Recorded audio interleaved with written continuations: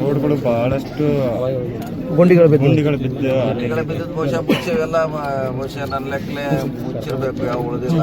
ಇಲ್ಲಾಂದ್ರೆ ಈಗ ಮಾಡ್ತಿದ್ದಾರೆ, ಹೊಸಗಳು ಸ್ಟಾರ್ಟ್ ಮಾಡಿದ್ವಿ. ಹಳೆ ಗುಂಡಿ ಮುಚ್ಚೋತಿ ಪ್ರಯತ್ನ ಇಲ್ಲ, 100% ಮುಚ್ತೀವಿ. ಮತ್ತೆ ಯಾವ್ದಾರ ಪರ್ಟಿಕ್ಯುಲರ್ ಇದ್ರೆ ಹೇಳ್ರ.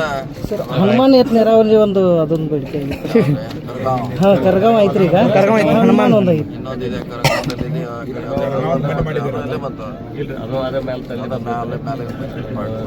ತೂರಳ್ಳಿ ಬೆದರಳ್ಳಿ ಹತ್ತಿರ 8 ಊರು ಬರ್ತೈತೆ.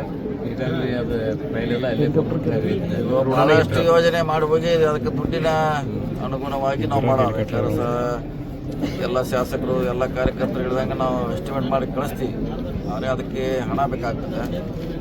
ಸೊ ಒಂದೊಂದೇ ಮುಗಿಸೋಣ. ಮೊದಲು ಕರ್ಗ ಒಂದೊಂದು ಇದೆ ಪ್ರಿಯಾರಿಟಿ. ಈ 2 ಭಾಗದಲ್ಲಿ ಒಂದು ಸ್ಯಾಂಕ್ಷನ್ ಕೊಟ್ಟಿದೆ ಸರ್ಕಾರ, ಇನ್ನೊಂದು ಕೊಡಬೇಕಾಗಿದೆ, ಅದನ್ನು ಕೂಡ ಮಾಡ್ತೀವಿ ನಮ್ಮ ಸರ್. ಅವರು ಅಧಿಕೃತವಾಗಿ 14 ತಿಂಗಳ ಒಳಗಾಗಿ ನಾವು ಮಾಡಿಕೊಡ್ತೀವಿ ಅಂತ ಸರ್ ರೈಟಿಂಗಲ್ಲಿ ಬರೆದು ಕೊಟ್ಟಿದ್ದಾರೆ. ಅದ ಅಷ್ಟರೊಳಗಾಗಿ ಆಗುತ್ತಾ ಸರ್? ಆಗೋಲ್ಲ, ಇದೆ 18 ತಿಂಗಳು ಅದನ್ನು ಹೇಳಿದರೆ ಮುಂಚೆ ಇದು 18 ತಿಂಗಳಿದ್ದು 7 ವರ್ಷ ಆಯಿತು. 102 ಸಮಸ್ಯೆ ಇದ್ರೂ ನಾವು 6 ತಿಂಗಳು ಸತತ ಪ್ರಯತ್ನ ಮಾಡಿದ್ರೆ ಇನ್ನೊಂದು ವರ್ಷ ಹೋಗ್ತಿತ್ತು.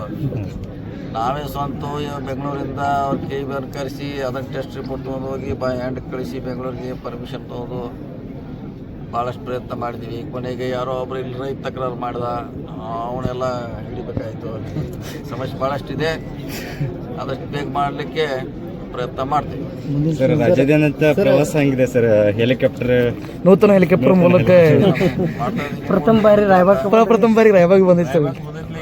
ಬಂದಿದೆ, ನಿಮಗೋಸ್ಕರ ರೈತರಿಗೋಸ್ಕರ ತಂದಿದ್ದೀವಿ. ಮತ್ತೆ ಮದುವೆ ಹೋಗ್ಬೇಕಷ್ಟೇ ಸರ್. CM ಆಗೋ ದೃಷ್ಟಿಯಿಂದ ಹೆಲಿಕಾಪ್ಟರ್ ಹೊಸದಾಗಿ ಬಂದಿದೆ. CM ಆಗ್ಬೇಕಂತೇನಿಲ್ಲ,